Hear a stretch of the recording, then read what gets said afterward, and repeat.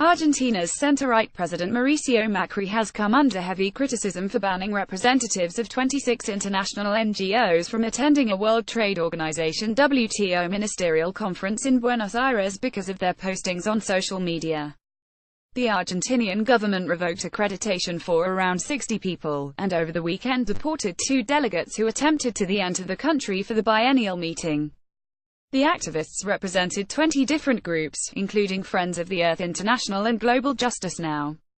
The legitimacy of this WTO meeting is affected by this unilateral act by the Macri administration, said Petter Titland of the Norwegian NGO Attack Norge, who returned to Buenos Aires on Monday after initially being forced to board a flight to neighboring Brazil. According to Titland, Argentinian officials said he had been expelled because of his social media postings. In a statement explaining its decision, Argentina's foreign ministry said it had blacklisted NGO officials, who had made explicit calls for manifestations of violence through social media, expressing the intent to generate schemes of intimidation and chaos.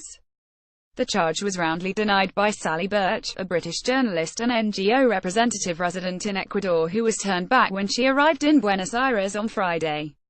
"Nothing is further from the truth," Birch told The Guardian in a phone interview after arriving back in Quito. "None of the blacklisted NGOs have been advocating violent protest. That would be against their principles and it would be against mine as well."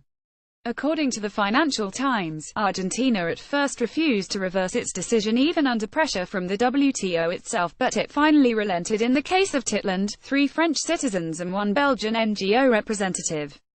All 3 countries had moved at a ministerial level on behalf of the NGO representatives to provide guarantees of their behavior and their organizations. Argentina's foreign ministry said in a statement on Sunday. In the case of Titland, Norway's foreign minister Ina Marie Eriksen Søreide provided assurances he was not involved in violent actions or incited others to commit them either, Argentina's foreign ministry said. Belgian NGO representative Michel Cermak was also only admitted after receiving assurances from Belgium's deputy prime minister and the Ministry of Foreign Affairs of that country, Argentina's foreign ministry added. In a tweet Sunday, the Norwegian foreign ministry seemed to chide Argentina for its ban. "Glad that the Argentinian authorities will allow Petter Titland to attend WTO meeting after we have raised the matter on several levels. Participation openness important," the Norwegian foreign ministry said.